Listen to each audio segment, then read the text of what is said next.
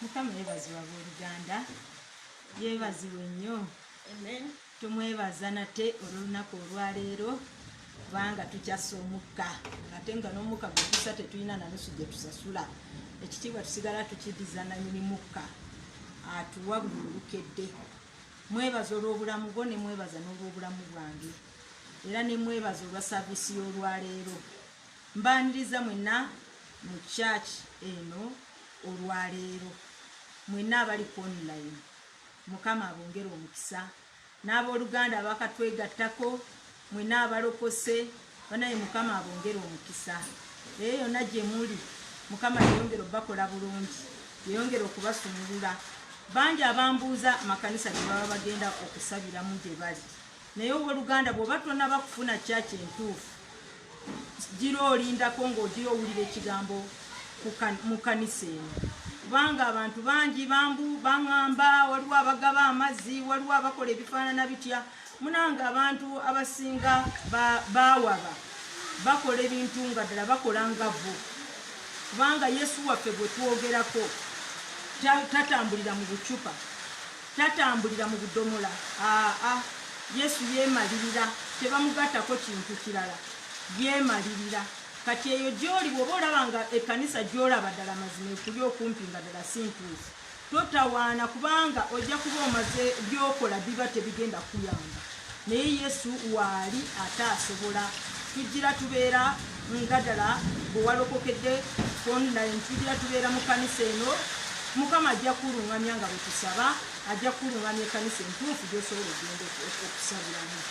Ono Musumba Nabwire Teddy mu God Issuer Promising Church. Mbeebaza ddala mwenna abali mu Uganda, abali ebweru wa Uganda, wonna wooli nkwebaza okubeera nti ompuliriza. Neebaza emikwano Mukama gyangasseeko, neebaza abaana bange era be twatandika nabo ekkanisa, omulimu nga bwe tugutambuza wamu, abakristaayo ababeeramu. Mwenna mbeebaza abooluganda kubanga ebya Mukama tukwataganira wamu, teri muntu akola ku lulwe yekka. Ekitiibwa n'ettendo tubiddiza Mukama. Mukama waffe yeebazibwe nnyo. Mwebaza olw'obulamu bwange ne mwebaza ddala olw'obuweereza bwe yankwasa kubanga sejjusa. Naye abooluganda osimanyi oba munampulira bulungi, enkuba eri mu kutonya nnyo. Bwe tunaabanga ddala obanga waliwo enetiwaka ng'ebuze, tofaayo, tujja kubeera nga ddala era tudda ku mpewo okubeera nga ddala tukola ki, nga ddala tugenda mu maaso. Bw'olaba nga tusiriseemu omanya bumanya nti enkuba yetulemeseza kubanga eri mu kutonya nnyo, eyinza okutulemesa. Kasite ekyo ntikugambye tujja kuba tugenda mu maaso nga bwe biri. Era kansabe Katonda omuyinza w'ebintu byonna nkuwa ekitiibwa, Kabaka w'abakabaka olw'akaseera kano akalungi nate tetugenda okuwulira okuva gy'oli. Emitima gyaffe tugikukwasa, obulamu bwaffe tubukukwasa. Yongera osembeze ekisa, yongera obeere wamu naffe Mukama, yongera ojje otulungamye, onkozese Katonda nge ng'omuzindalo, naye Omwoyo Omutukuvu obeere nga gwalungamya ebigambo bino eby'abantu bo, eby'emitima gyabwe, eby'obulamu bwabwe, eby'omuntu waabwe ow'omunda. Ekitiibwa kyo kyeyongera okulabika mu lukubayiza Mukama Taata mu kkanisa yo, ekkanisa esobole okuyimusibwa olw'obuyinza bwo, olw'amaanyi go, olw'ekisa kyo, okuyita mu linnya lya Yesu Kristo Omwana wa Katonda omulamu. Amiina. Nina obubaka bwe nabagamba nti nja kubawa, naye nja kubawa nga tumaliriza, nga buli omu amaze okutuuka ebikwatagana n'omuwala Aneti bye yambuuza nti tujja kyekigambo kye tujja okumaliriza nakyo. Naye olwaleero omutwe guli nti always people who complain don't appreciate. Always people who complain don't appreciate. Abantu abeemulugunya tebasiima, gwe mutwe gw'olwaleero. Oli eyo ow'oluganda, kituufu olina embeera z'oyitamu, kituufu olina by'olaba ebikusoomooza, naye Katonda waffe yeedira omuntu eyeemulugunya kubanga yatuwa ekigambo nga luli bwe twali mu saaviisi nga ddala ekigambo kiri nti Yesu gwe mugaati gw'obulamu ng'ekigambo Mukama kye yatuwa nga kyekiyamba obulamu bwaffe okubeera nti butambula ku nsi kuno. Kati embeera yonna gy'oyitamu Mukama akusuubira okubeera nga bw'obanga ofunye okubeera nga waliwo ebikusiba, akusuubira okumwebuuzaako, akusuubira okumusaba, akusuubira okubaako ky'omunoonyaako, akubuulira embeera eyo engeri gy'onaagikolamu osobole okubeera nti ogiwangula. Nina wano we nawandiise Musa abaana ba Isirayiri Musa bwe yabatambuza mu ddungu, yadde baalabanga ebirungi Mukama byakola, ebiseera ebisinga tebaabitegeeranga kubanga ebirungi bwe byabeerangawo nga batendereza, naye embeera bwe yakyukangamu ne batandika okubeera nga beemulugunyiza Katonda, ne batandika okubeera nga ddala gye bakola ddala nga tebisanyusa Katonda. Kati omulimu ogwo ne gutambula nga ddala guli sitaaka. Waliwo bwe baasomoka ennyanja, Miryamu muganda wa Musa yayimba oluyimba nga atendereza Katonda olw'ebyo byalabye Katonda byakoze. Naye waatuuka ekiseera Miryamu ne Alooni ne bayimirira ne beemulugunya ku lwa Musa omukazi gw'aleese, nekibaleetera obuzibu, era Miryamu yakakkana ng'afunye ebigenge. Banange ekigambo ky'okwemulugunya kigambo kibi nnyo mu maaso ga Katonda. Ne bw'oba olabye ensonga ng'eri ku muganda wo, gwe buuza Katonda, Mukama eno embeera tugikwate tutya, embeera eno tusaanidde okugikola tutya. Leka kubeera nga weemulugunya, leka kubeera nga weegira ki, kubanga tomanyi Katonda kyagyogerako. Kati olaba bano beemulugunya ne bafuna ebizibu, naye Musa Katonda talina kye yayogera ku nsonga eyo.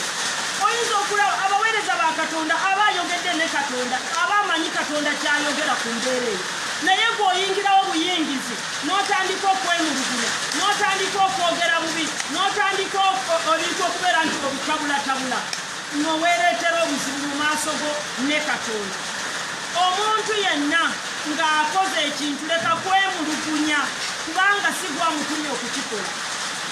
Tomanyi lwaki akikoze, tomanyi lwaki kifaanaganye bwe kiti, wabula saba Katonda akuwa amagezi oba akuluŋŋamye bw'oba olaba ng'embeera eyo ekuyitiriddeko, Katonda abeeko kyayogera ku mbeera eyo. Naye ekigambo ky'okwemulugunya kireeta obuzibu eri abantu ba Katonda, kireeta obuzibu mu kkanisa. Abantu abasinga obungi batambulira mu kwemulugunya, batambulira mu kubeera nga ddala beevuma lwaki baalokoka. Era tugenda kulaba baganda baffe mu kubala essuula ya 11. For those ones who use English, we are going to Numbers, chapter 11. We shall begin with verse 1. Njogera kukwemulugunya. I'm talking about those people who complain. Complaining is a bad habit in front of God. God does not want people who complain. Stop complaining because of the problems you have. The Lord sees what you are going through. He will help you. He's there for you. You seek Him. He will help you. Hallelujah. Mukama waffe yeebazibwe. Abooluganda ekigambo ky'okubeera ng'obeereyo ne weemulugunya nti lwakuba ABCD, lwakuba embeera ekutuuseeko. Talowooza nti waliwo embeera ekutuukako nga Katonda talabye. Katonda abeera alaba. Ate Katonda alina solution. Ebiseera ebisinga nze nsoma Bayibuli ne mpulira obugumu. Bw'olaba abantu abaawangulanga baasookanga kuyita mu mbeera, baasooka kuyitanga mu kunyigirizibwa, baasookanga kuyita mu kunyoomebwa, kujeregebwa, kuyisibwamu amaaso, kukolebwako buli fujjo. Naye Katonda ate oluvannyuma n'avaayo.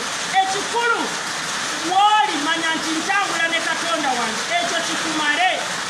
Ekyo kasooka kasanti Katonda w'olina, embeera tegenda kukumalawo. Katonda agenda kubeera naawe, Katonda agenda kuyamba, Katonda agenda kutaasa. Naye ekigambo ky'okwemulugunya kigambo kibi nnyo. Tukugambye tugende mu kubala essuula e11 owulire, tujja gisoma mpola mpola. nga tugenda mu maaso.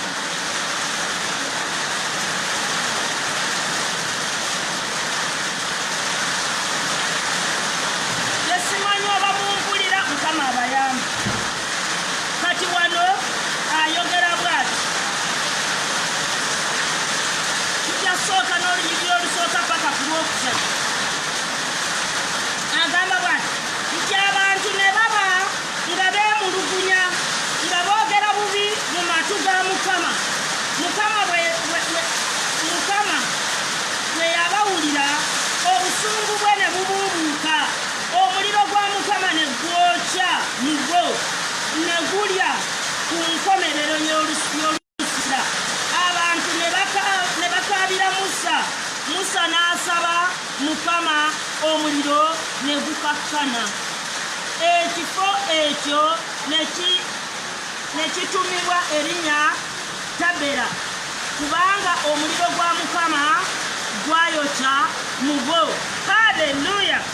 Mbwe abantu bano ne baba nga beemulugunya nga boogera bubi mu matu ga Mukama. Owooluganda, obulamu bw'olina bwa Katonda.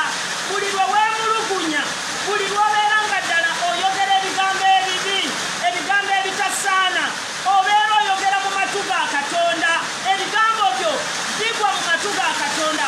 By the way, wali omanyi nti ebigambo yadde nga toyogedde okulowooza kwokka bibeera bigambo mu matu ga Katonda. Osobola okwemulugunyiza mu mutima nga tofulumiza kigambo, naye mu matu ga Mukama ebigambo ebyo bisawundinga. Engeri gy'oba weemulugunyiza ne bikuleetera obuzibu wakati wo ne Katonda. Abantu bano beemulugunya ne babeera nga banyiiziza Katonda, obusungu bwa Katonda ne bubagwako. Abooluganda, tufuna ebizibu naye sometimes abantu abalala tebamanya. Osobola okufuna ebizibu nga oluusi busungu bwa Katonda bwe bukuliko naye gwe n'otamanya. Ekyo nakyo tukimanyenga. Abantu babeera ku kwokya sitaani daily, babeera ku kwokya sitaani emisana n'ekiro. Sitaani nkwokya, nkuwangula, nkola enti, naye nga tusaanidde tumanye embeera ze tuyitamu zo Katonda azoogerako ki? Ye obulamu bwange bwe ntambulamu mu nsi ey'omwoyo ndi wamu ne Katonda wange. Kikulu nnyo owooluganda, kikulu nnyo otegeere obanga ddala Katonda ali wamu naawe. Oyinza okwevuma nolowooza sitaani yakutulugunya, naye nga gwe yagulirawo embeera. Era bano abantu bakyukira Musa wangi ne bakaaba. Bwe baakaaba, Musa ye ate ye yaliwo okubeera nti abeegayiririra eri Katonda. Musa n'abasabira, Mukama n'asonyiwa. Omanyi Katonda yajjudde ekisa n'okusaasira, n'abasonyiwa. Naye olwamala obasonyiwa, wulira tugende mu lunyiriri olwokuna owulire.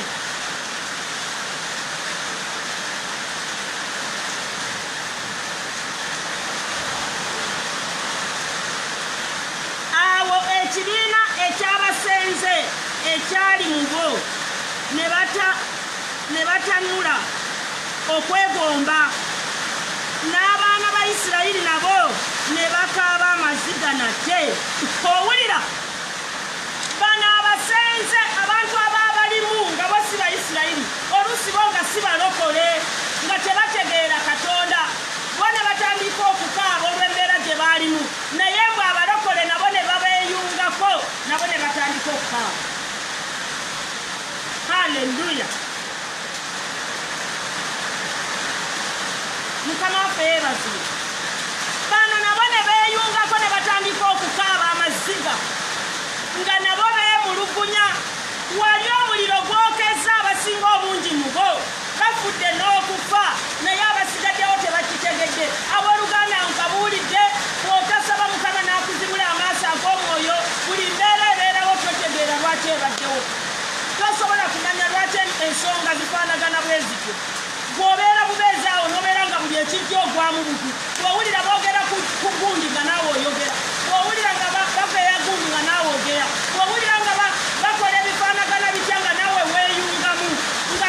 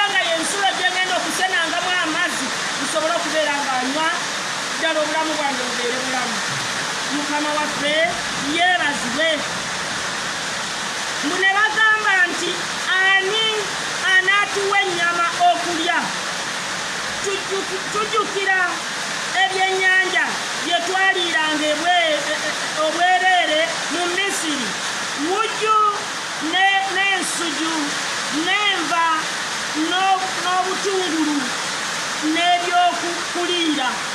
Naye kaakano obulamu bwaffe bukalidde ddala, tewali kintu n'akatono, tetulina kintu kyetuba twesiga wabula Emmanuel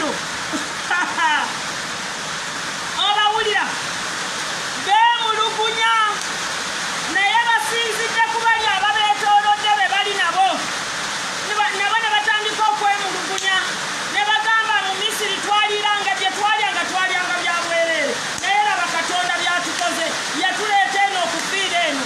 Kati tunaakola tutya? Ani anaatuwa ku kanyama? Ani anaatuwa ku kyokuliira? Nga bwe batyo bwe beemulugunya. Owooluganda wandireeyo naawe ng'obulamu bw'oyitamu oli mu kwemulugunya weemulugunya.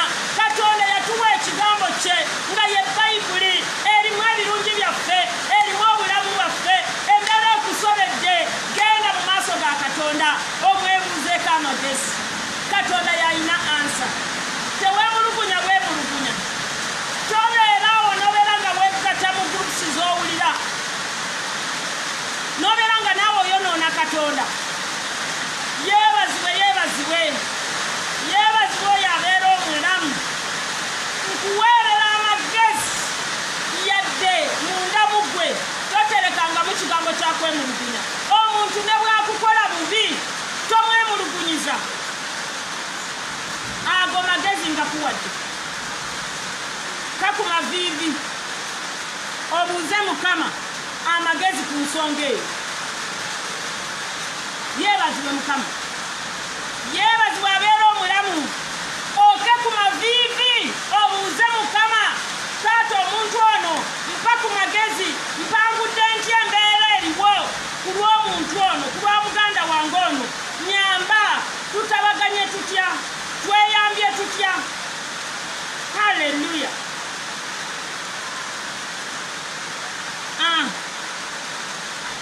Bano ekyokuliira kyekyabaleetera obuzibu, ekyokuliira kyabaleetera obuzibu.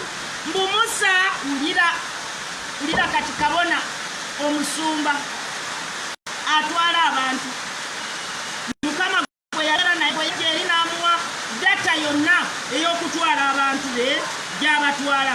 Mbu Musa n'awulira abantu nga bakaaba amaziga munda zaabwe zonna. Buli muntu ku mulyango gwe weema ye, obusungu bwa Mukama ne bubuubuuka nnyo. Musa n'anyiiga, gamba anyiize. Awo Musa n'agamba Mukama nti kiki ekikukozesa obubi omuddu wo, era kiki ekindobedde okulaba ekisa mu maaso go n'onzisaako omugugu gw'abantu bano bonna. Nze nali lubuto, nze nabazaala, n'ogamba nti basitule mu kifuba kyo nga kitaawe w'omwana omulenzi bw'asitula omwana ayonka, okubatwala mu nsi gye walayirira bajjajja baabwe. Nandiggyeewa nze ennyama okugabira abantu bano bonna, kubanga bankaabira nga boogera nti tuwe ennyama tulye. Nze siyinza kusitula bantu bano bonna nzekka, kubanga bayinze okunzitowerera. Era bw'ononkola bw'otyo nzitira ddala mangu ago. Nkwegayiridde obanga ndabye ekisa mu maaso go, nneme okulaba ennaku zange. Haleluya. N'abakulembeze nabo oba naffe tulina okubeera n'obugumiikiriza mazima. Abantu betusumba balina ebigambo, balina bye bakola. Ddala nga toli mugumiikiriza osobola naawe okubeera nga Musa ne weevume kanisa Katonda gye yakukwasa. ne weevuma omulimu katonda gwakuwadde okukola n'obeera nga ddala owulira ddala katonda akola ki owulira nga katonda akutaddeko omugugu gw'otasobola naye abooluganda amagezi geneewa nange genkuwa gwali eyo bw'obeera musumba omulimu si gwaffe kyozitowererwanga abantu abo baleme kuzitowerera baleme kufuukira omugugu bakwase nanyini bo era bakukwasa oli mukozi mu nnimiro era nze bwentyo bwentera okusaba neŋŋamba mukama nze ni mukozi mu nnimiro yegwe nanyini mulimu wulira ebiri mu baana bo jangu obayambe jangu obataase nze nejjayo naye Musa ekyamuleetera obuzibu yasunguwala Musa alabika yali akyalimu ekizibu ky'obusungu naye ekyamuleetera obuzibu wuno yeesabira okufa era bwe tusoma bayibuli ne tugenda mu maaso olaba nga Musa mazima teyatuuka mu nsi gye yali atwala abantu ng'ate nga Mukama bwe yamusinkana wali n'alaba ekisaka ekyaka omuliro Mukama yamugamba alonze ye agende amuggyeyo abantu be abatwale mu nsi ensuubize ekyo kyali kisuubizo kya Katonda waliwo ebiseera bye twesiba Katonda ne tugamba Mukama ate wansuubiza kino ate n'ogamba bw'oti nga sibirabako ng'oluusi gwe eyasazaamu ng'oluusi gwe yayimirira mu kkubo n'olemesa omukono gwa Katonda okutuukiriza Katonda by'ayagala okukola ebyobulamu wuno Musa owooluganda twandibanga tetunaba kufuna amafuta ag'enkana nga Musa naye Musa olwakuba nti yali akyalimu ekibi ekyobusungu kyamuleetera obuzibu kati munnanga ali eyo tulina okufuba okulaba nti obuzaaliranwa bwonna butuvaamu tuweereze Katonda nga ddala mazima omwoyo wa Katonda yatudde mu bulamu bwaffe awatali ekyo bino bye tugamba mu Katonda ajja n'atukoze Mukama ajja n'akukozesa n'agenda bw'osigala empty osobola okukola ekintu kyonna bw'osigala empty osobola okwonoona bw'osigala ng'omwoyo wa Mukama tatudde mu bulamu bwe obw'oluganda osobola okuvaamu ebigambo ebivundu ebyandibadde bizimba abantu ate ne bibeera nga ddala butwa obukulembeze si kintu kyangu era ngenda n'endaba bambi kati nga bano abantu abali mu bya kampeyini nentunuulira neŋŋamba neesaasira abalala kubanga bw'obeera nga ddala mazima oyagala obukulembeze ate n'otandika kuvuma banno b'oli nabo ndaba abantu bali mu kuttiŋŋana abantu bali mu kukola biki ebikolobero ku bannaabwe mbu lwakuba babaliddeko ebifo ebyo byonna butaliimu bayibuli ega nti teri bukulu butava eri Katonda bw'aba yabukutegekera bujja kuba bubwo bw'aba teyabukutegekera nanyini bwo yajja okutuula mu ntebe banange tuvemu emitima emibi tulekere Katonda obulamu bw'abantu Katonda yeetondera abantu naye tugenze tunyiiza Katonda tugenze tunyiiza era omuntu watuukira okutta munne aba alimu okwemulugunya munda mu ye aba yeeyagaliza yekka abeera kwegamba nga tasaasira balala naye omukulembeze mutuufu abeera muteefu abeera muwombeefu abeera mwegendeza ne bw'alaba ensonga asooka kwegendereza era n'amanya nga bw'anaayanukula kati mwe abaagala obukulembeze naye mubeera nga muvuma abalala mazima ne Katonda muggulu ayinza okukuma obukulembeze agamba ate omukulembeze anaavumanga abantu bange bengenda omukwasa oyo anatusobola biki twegendereze bwe tuba twagala obukulembeze bino ebigambo weewaawo mbeera ng'agamba abalokole naye ebigambo byaffe ffenna naawe atali mulokole magezi gy'oli owooluganda tumala gavuma abantu okwemulugunya kujjudde mu mitima gy'abantu omuntu gwe weemulugunyiza tomanyi Katonda amwogerako ki halleluya neweemulugunyiza omuntu tatufuze bulungi tatukoze bulungi tatuwadde bye twagala naye nga gwe tomanyi Katonda ayogera ki twabeera wano ne Pulezidenti Amin yaliko n'amala emyaka gye yamala ngatta abantu naye ng'era ye pulezidenti naye ekigambo kya Mukama bw'ogenda n'okisoma agamba teri bukulu butava eri Katonda kati gwoyinza okubeera nga weemulugunya naye tomanyi lwaki kintu ekyo kiri bwe kitu tomanyi lwaki omuntu oyo afaananye bw'atyo abooluganda ekigambo ky'okwemulugunya bwe kiba kibadde mu mutima gwo bwe kiba kibadde mu bulamu bwo olwaleero owulira obubaka buno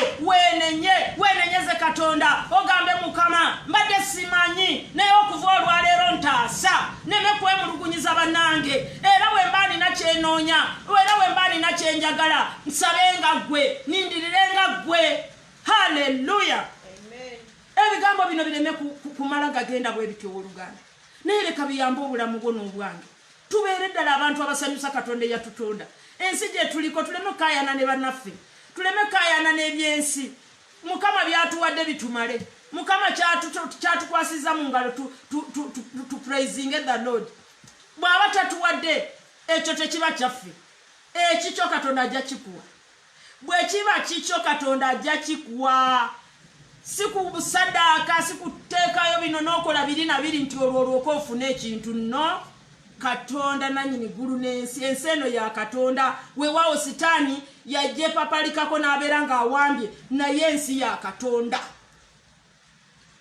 Ensi ya Katonda ye yagiteekawo ate yalina obuyinza mu mikono gye. Obulamu obwo bw'olimu obw'amaziga yalina obuyinza okubukyusa singa ovaamu okwemulugunya. Era ebiseera ebisinga abantu okulwa okwemulugunya bagala bakyuse Katonda kye yabakola bafuuke birala lwakubanga omuntu yeemulugunyiza Katonda. Lwaki Katonda wantonda bwoti? No, tukiriziganye ne Katonda. Mulabye ono omuweereza wa Katonda ebyamutuukako wuuno yeemulugunya lwakuba abantu bafunye ebizibu. Ekkanisa gy'osumba abantu b'olimu okufuna ebizibu si gwe obireese. Ebizibu ebyo gwe gende wa Mukama omubuuze, Mukama ekkanisa nga ngezaako okwogera ku kigambo kyo naye nga kiringa ekitakola nsonga ki? Katonda ajja kwogera naawe. Katonda ajja kugamba. Mukama waffe yeebazibwa. Nabagambako nze ekkanisa kituufu twazimba ekkanisa naye nze sirina bantu bangi mu kkanisa naye Katonda yandaga ekirooto nabagambako nga sinaana kubeera nti mmanyi nti oba ndibeera muweereza nga nina ekkanisa ennene gye nsumba nga n'abazungu mwebali ng'abantu balindiridde nze. Naye ekkanisa gye nsumba gye ndimu olwaleero va kwene ya online naye ngamba ekkanisa era wano tumale tuggalewo. Abantu si bangi abooluganda era abantu babadde nga bansekerera abantu boogera ebigambo naye nze nga sifaayo. Nze Mukama yampa ekyandikibwa kiri mu Luka n'agamba nti totyanga olw'ekisibo ekitono bwe ntyo bwe nsiima. Banaye Katonda alina zi answers mu Bayibuli muno. Nempulira okuguma nze abantu baseka abantu ne boogera ekkanisa yakolimirwa ekkanisa terimu omwoyo ekkanisa simanye badde etya. Ninze nga sifaayo. Nze ekikulu bwe nfukamira n'ensaba mpulira nga Katonda wange ali wamu nange ngenda mu maaso. Naye era kati abaana Mukama bampadde bayitirivu era nemala ntandika register okubuulira abalokose oyinza n'okwewuunya. Okiwulidde? Kati tuleme kweteeka ku mirimu gwa Katonda n'oweebera nga weemulugunya. Kati bino byosabye yali yeemulugunya lwakuba abantu beemulugunyiza. Abantu balekere Katonda gw'obawa ekigambo gw'obabuulira Katonda byakugambye bwe baate babikwata up to them bebamanyi. Naye bwe banga bakikwata era Katonda alina obudde bwe. Tuleme kwetika emigugu gye tutasobola. Tuwe Katonda obulamu bwaffe. Tukirize Katonda afuge obulamu bwaffe. Banange nsomya awantu wano nempulira ennaku kulwa Musa. Kubanga laba bwe yeesabira okufa n'agamba abantu bano nze yali embuto zaabwe. Lwaki ontika omugugu omuzito bwe guti? Nze ennyama ngijewa. Musa Katonda gwe yawa n'amugamba nti nkufudde Katonda eri Falaawo. Musa n'agenda ebyamagero ne bikolebwanga mu mikono gye mu maaso ga Falaawo. Naye ebyo byonna Musa yabyerabira. Buli lw'osunguwala, buli lw'onyiga, buli lw'ogwa mu kibi bwa Katonda busanguka mu bulamu bwo ne weerabira. Musa yali yeerabira nti Katonda yawa abantu ennyama nti si yeye. Yali akyerabidde kubanga naye yali yeegasse n'abantu bali. Buli lwe weegatta ku kibi owooluganda oyonoona Katonda. Buli lw'ova ku mulamwa weesanga nga by'okola kati okola bibyo nga Katonda takyali wamu naawe. Okwemulugunya Katonda anyiigira omuntu okumwemulugunyiza. Era ne bwe weemulugunya nkugambye munda mu mutima nga toyogedde era Katonda anyiiga. Katonda takusanyukira kubanga by'oba okola obeera ng'alaga nti Katonda wo talina maanyi.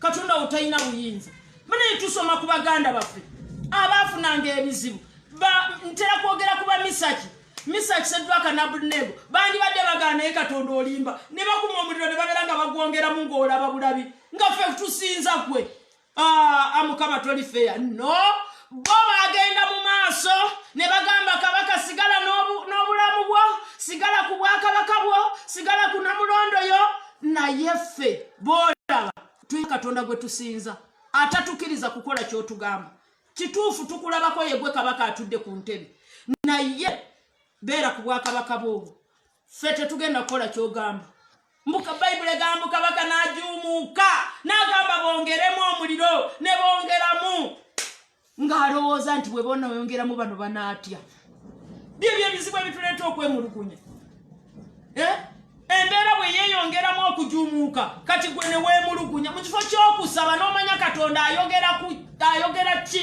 ku mbeera eno ejjuumuuka bulijjo bweti ku mbeera eno enfuukidde omuteego ku mbeera eno enkaabya amaziga buli olukedde Katonda ajogerako ki yagamba musabe munaaweebwa munoonye munaalaba mukonkone munaggulibwawo kati gw'oli kuki muganda wange va mu kwemulugunya oba mundamu gwe mubadde mujjuddemu okwemulugunya oba mundamu gwe mubadde mujjuddemu kwegamba okulowooza kino na kiri tekiseera wenenye aga nti bw'owulira eddoboozi lyange tokakanyaza mutima gwe bw'atyo bw'ayogera kitaffe olwaleero lunaku lwo olw'okwenenya byonna by'obadde weemulugunya yadde oba weemulugunyiza bantu yadde oba weemulugunyiza Katonda oba weemulugunyiza musumbawo oba weemulugunyiza bazaddebo oba weemulugunyiza abaana bo nti tebakuyambye wabasomesa naye nga bafuna emirimu nga bakulesa oli njala weenenye tereeza amakubo go Katonda omwesigwa gyali agenda kuyamba agenda kutaasa Mukama yeebazibwe nnyo kati tugenda ku lunyirwa 16 ndowooza 16 ne 17 ti Mukama n'agamba Musa nti nkuŋŋaanyiza abasajja 7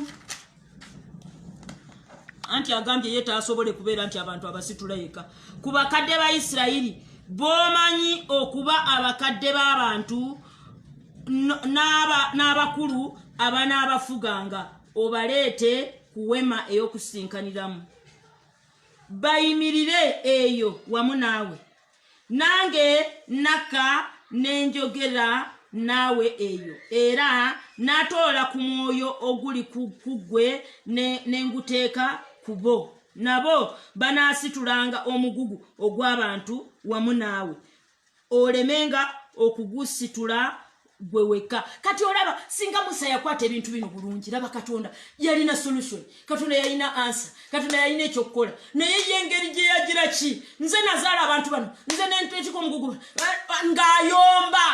ng'ayomba nga tamanyi nti nanyini bantu alina solution laba Mukama bwajja kimpowooze namugala nedda kumanya abakadde nze ngenda kukutoolako omwoyo gwe nakuwa mbateekeko babiri nga bakuyambako mugenda kukolera wamu okiwulidde kati bwe yamala ekyo n'agamba olw'18 nti era n'agamba abantu nti mwetukuze olunaku lw'enkya era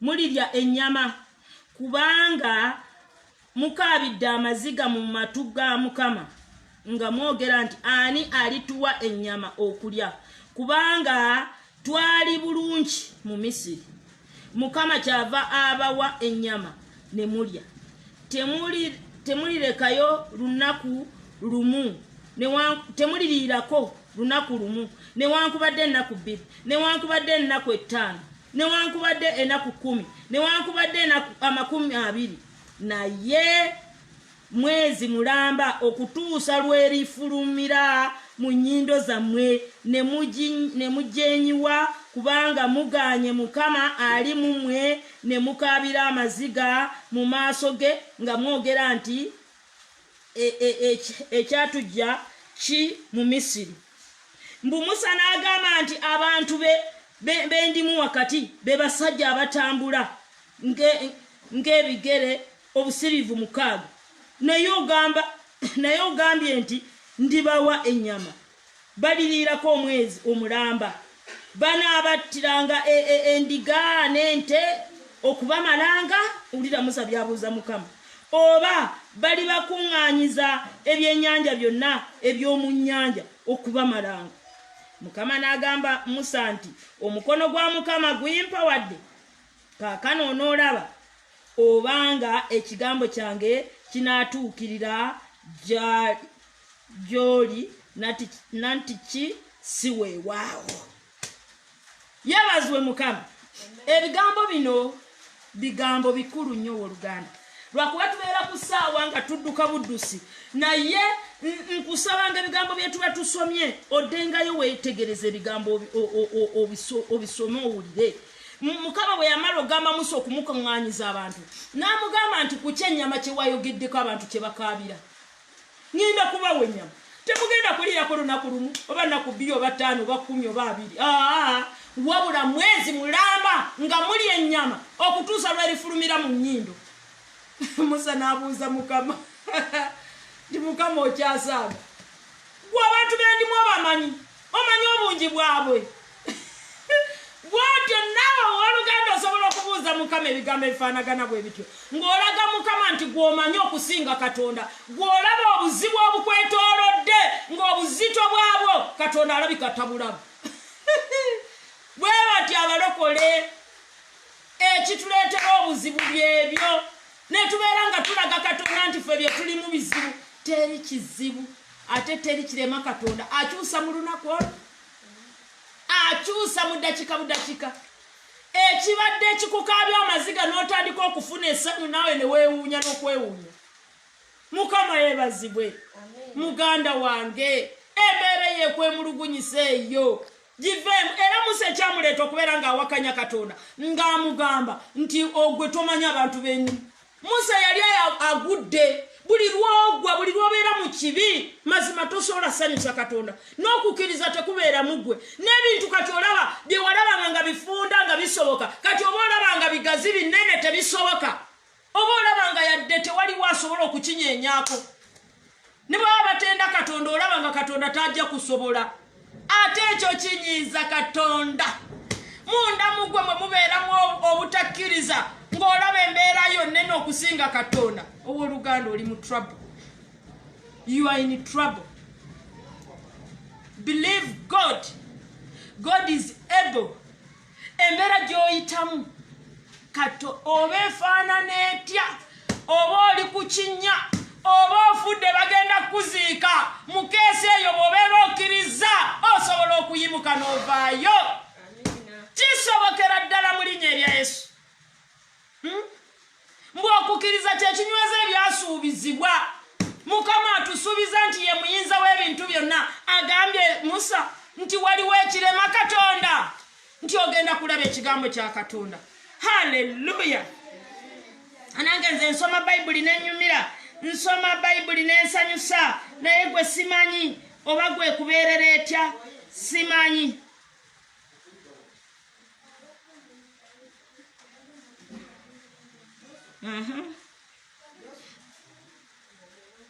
Birimu kati katugenda ku Lwasatu anti n'obudde nabwo era butugize eki nti empewo n'efuluma eri mukama n'ereeta obugubi okuva ku nnyanja n'ebugwisa mu lusiisira ng'olugendo olw'olunaku olumu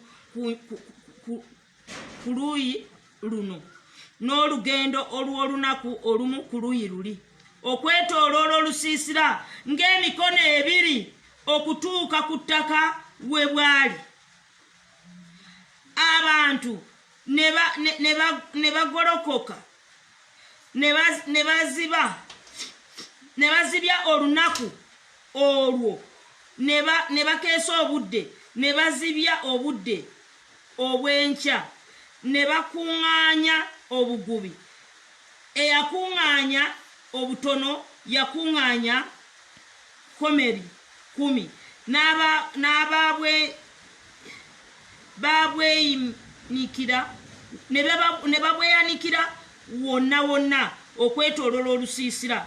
Ennyama bwe yali ng'ekyali wakati mu mannyo gaabwe nga tebannaba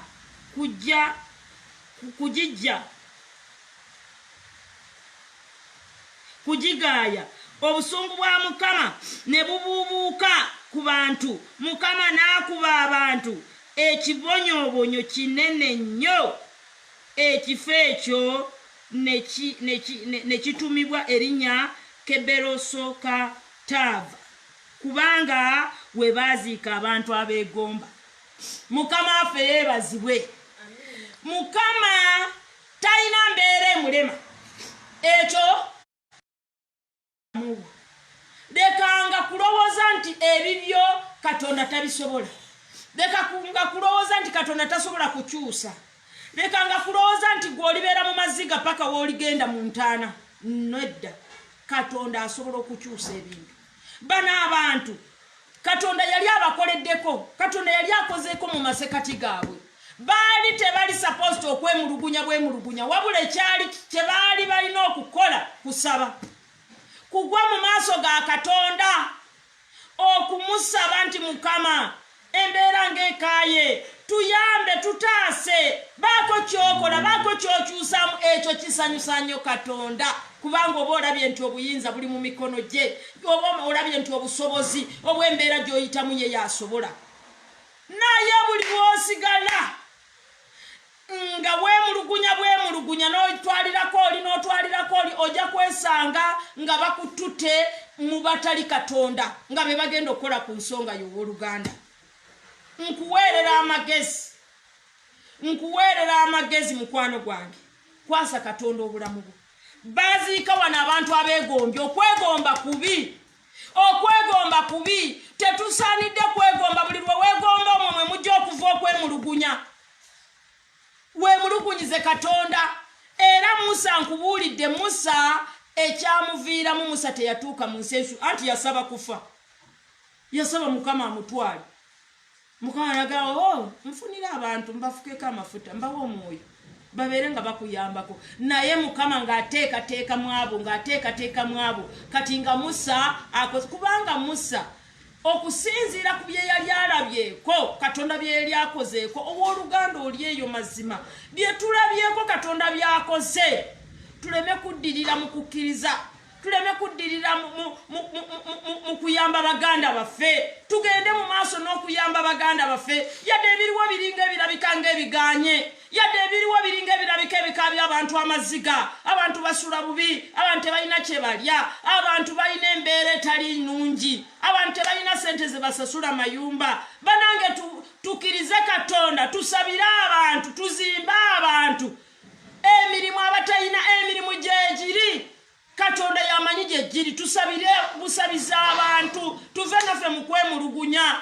Ne tubeera oluusi nga twemulugunya, banange Pulezidenti naye aganye okugulawo amakanisa, banange ebyo amakanisa tusabe Katonda yamanyi olunaku lw'okugulawo amakanisa. Naye amakanisa yadde nga teganaba kugulwawo, tujja kusigala nga Katonda akola mu masekati gaffe. Badanyeri babeeranga mu nsi ey'obusibe, naye era eyo Katonda yasigalanga akola. Danyeri, kabaka yaloota ekirooto, kabaka yalina abagezigezi be, naye Danyeri nga ye musibe, bo baabawamba, baabatuukeeyo bali mu nsi y'obusibe. Naye lwakuba Danyeri yali akkiriza Katonda nga teyeemulugunyiza Katonda, lwaki Katonda wandeka nze omuntu akuweereza ne babeera nga banange bampambye nange ne bantwala? Danyeri yasabanga busabi, Danyeri yayongeranga okunoonya Katonda, Danyeri yayongeranga okwekweka mu maanyi ga Katonda. Kabaka n'ajuumuka.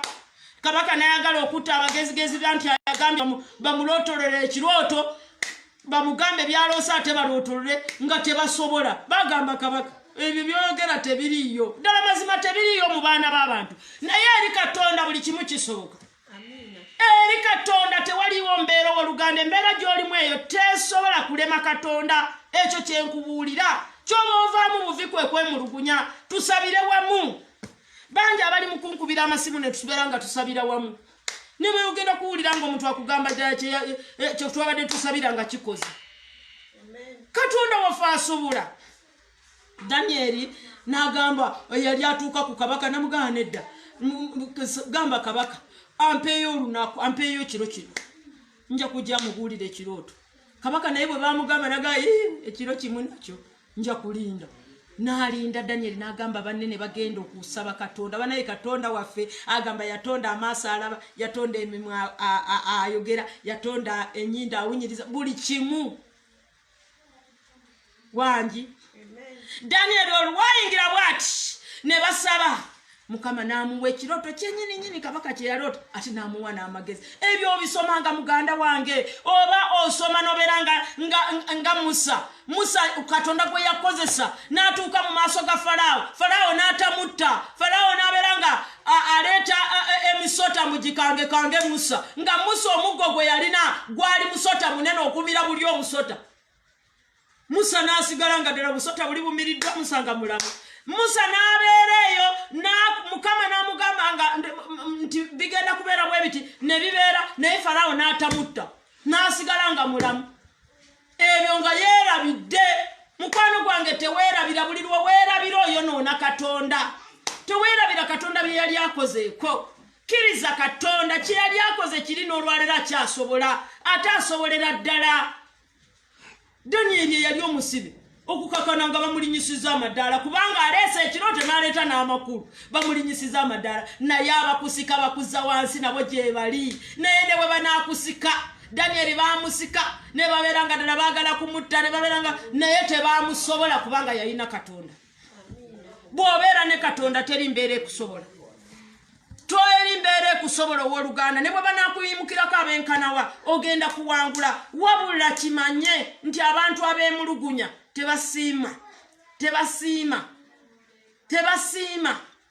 bw'obanga weemulugunya obeera tosiima Katonda ate tosobola kusiimibwa Katonda tosobola kusiimibwa Katonda nti lwakuba okola ki lwakuba olaba mbwe embeera ekutabukidde kati ofuuse eki naye katusooke tusabe ndyoke mbabuulire era obwo obubaka nga bwe buli obwaluli Mukama abongere omukisa abooluganda n'ebigambo ebyo nebaza Mukama kubanga ddala ye Katonda atuluŋŋamya era ye Katonda era nze mwebaza kubanga nze siryawo mbuntegeke ekigambo mbu kikino kye ate Mukama ansanyusa ennaku zino akimpa ampa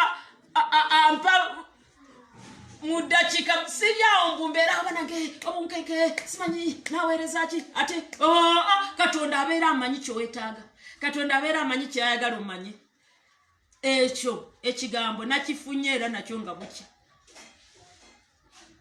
nakifunye olweggulo ndowooza bwe watyo ekiro nga Mukama mpa ekiganima kati nempulirirako nekyawandiikibwa ddala ekikola ki nti abantu abeemulugunya tebasiima buli lwe weemulugunya tosiima bw'oba onooyagala okusiima siima Katonda kale olw'omukka gwossa kale ebirala tubireke naye omukka okyagulina kale siima Mukama olw'ekyo waliwo abantu abalina ssente abalina obugaga abalina ki naye mazima nina muwala wange alina musawo naye andagako abamu ku bantu be bakolako nga ddala olaba omuntu nga muntu tayogera muntu takola ki talina kyasobola bamwebasa ku kitanda awo ne bamuteekamu n'akaseke nga mwe bayisiza ebyokulya nga bwe bayisiza buli kimu nga amasanyalaze bigabayambako bamusitula nga ku forklift ne bamuteeka waggulu ne baala obuliri ne balyoka ate bamussa ne bamuzaako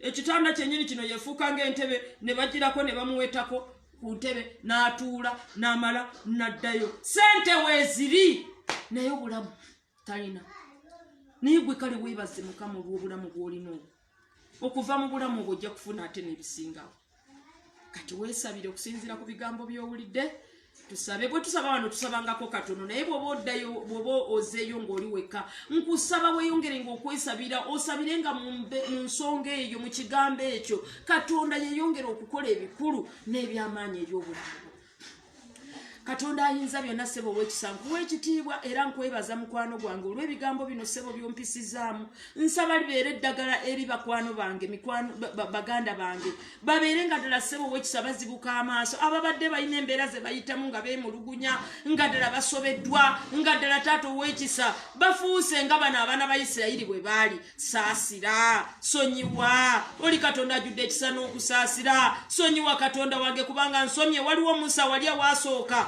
Musa yakwegayirira n'agamba Mukama sonyiwa abantu nga beemulugunyiza ddala n'owulira Musa ssebo omuliro gwali gusenga gubalya taata n'oguzikiza. Bw'otyo nange bwe nkwegayirira embeera abantu taata ze babaddemu nga beemulugunya nsaba osaasire osonyiwe ogyewo ebizibu ogyewo emitawaana ogyewo ebibaka by'amaziga obawe essanyu obawe eddembe obawe emirembe era weeyongera okubikula obubaka buno okubabikkulira taata bugaziye munda mu bo. Omwoyo omutukuvu yegwe Katonda atuyigiriza ebisukkawo yongera taata obuwulirire buli kinoomu okumuyigiriza engeri y'okukolamu ng'ensonga eno atanga bwebadde. Nkwegayiridde mukwano okusaba kwange naye okukola kuko obakolere era obasinkane okuyita mu linnya lya Yesu Kristo omwana wa Katonda omulamu.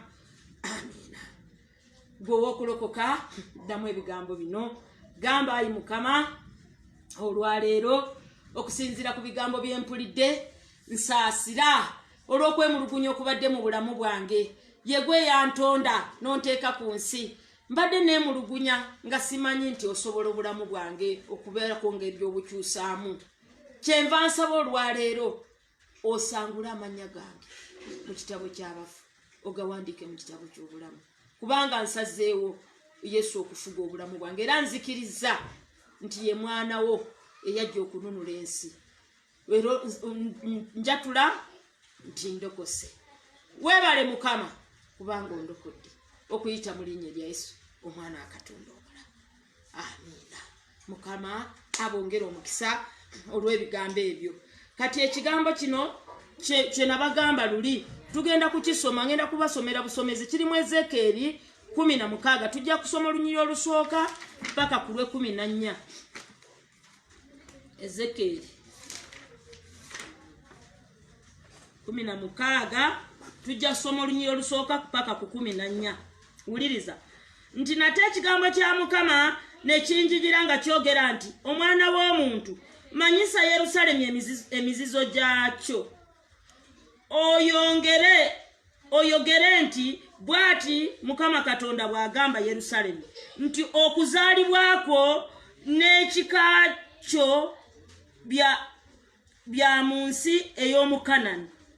Omwamoli ye yali kitaawo ne nnyoko yali Mukiiti era eby'okuzaalibwako ku lunaku kwe wazaalibwa tewasalibwa kalira so tewanaazibwa n'amazzi okukutukuza tewateekebwamu munnyo n'akatono so tewabikibwako n'akatono tewali liiso eryakusaasira okukukola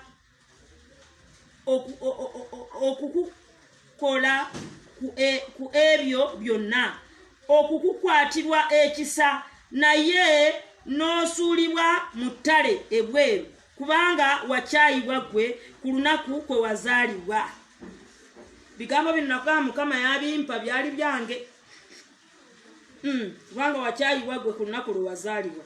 Awo bwe nakuyitako ne nkulaba nga weekulukunya mu musaayi gwo ne nkugamba nti newankubadde nga oli mu musaayi gwo bamulamu. Weewaawo nkugamba nti newankubadde nga oli mu musaayi gwo bamulamu. Ne nkwaza ng'ekimuli eky'omu nnimiro ne weeyongera n'okufuuka mukulu n'otuuka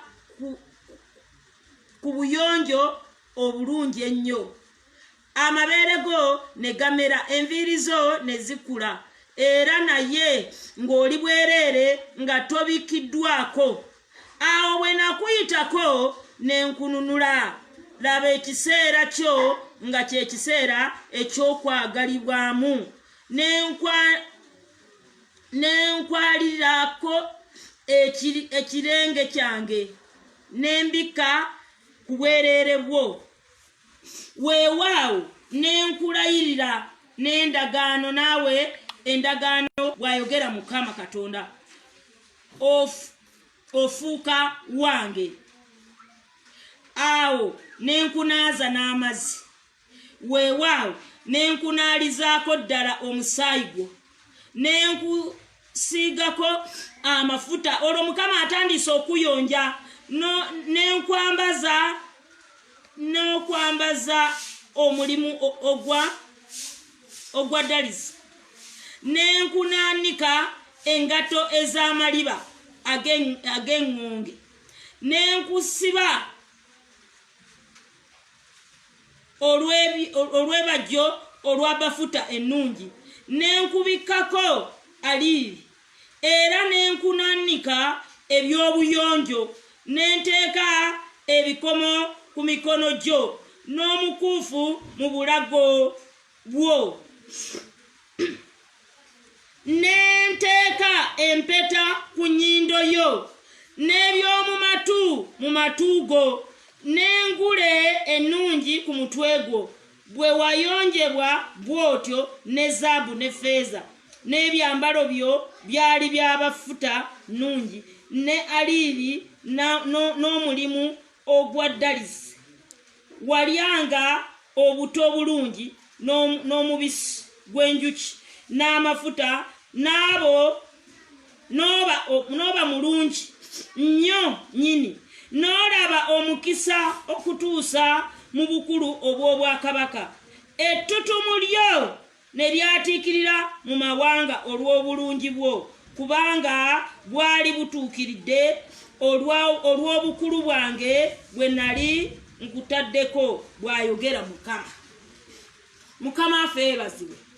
Ebigambo by'owulidde ebyo Mukama yabimpa, naye bw'oneeyongera okusoma eyajeema Mukama amaze okukolako bino, naye n'omala n'ojeema ebigambo biri eno Mukama byakwogerako ng'otandikidde ku lunyiriri lwa 15. Kati Mukama nankomyawo ku lw'ennyiriri lwa 14 nti njagala onkolera omulimu gwange, nakuyonja era njagala oyonjebwe obeere ng'onkolera omulimu nga ddala oyambaziddwa ekitiibwa kyange. Leka kwefeebya okubeera ng'ogamba mbu kino tokikola kiri. Nze Katonda eyakutonda, kyenkugamba ky'olina okugenderako. Kati abantu abeemulugunya lwakuba olabye omuntu asibye enviiri, lwakuba olabye omuntu akoze eki, eby'omu matu ebyo byonna tetwayambalanga. Wulira n'ekyomunyindo, abantu bwe basanga abantu nga bagize ennyindo, alabika oyo munange muzibu, ennyindo agiwumula atya.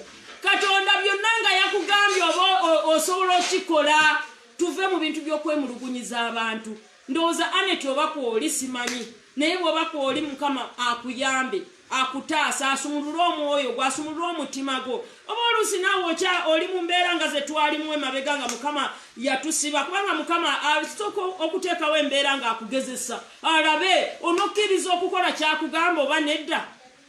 Katonda agezesa. N'alaba omutima gwo gufaanagana gutya.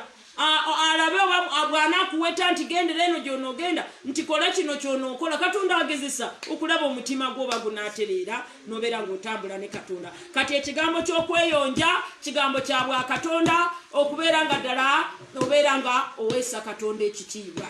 Webale waleeta kweshoni eyo, naye temanyi bangi bafunyeemu, era Mukama abongera omukisa. Ekyo nkyongeddeko bwongezi olw'olunaku luli nabawa nembaga majinja kukikolako. Mukama abongera omukisa. Bye.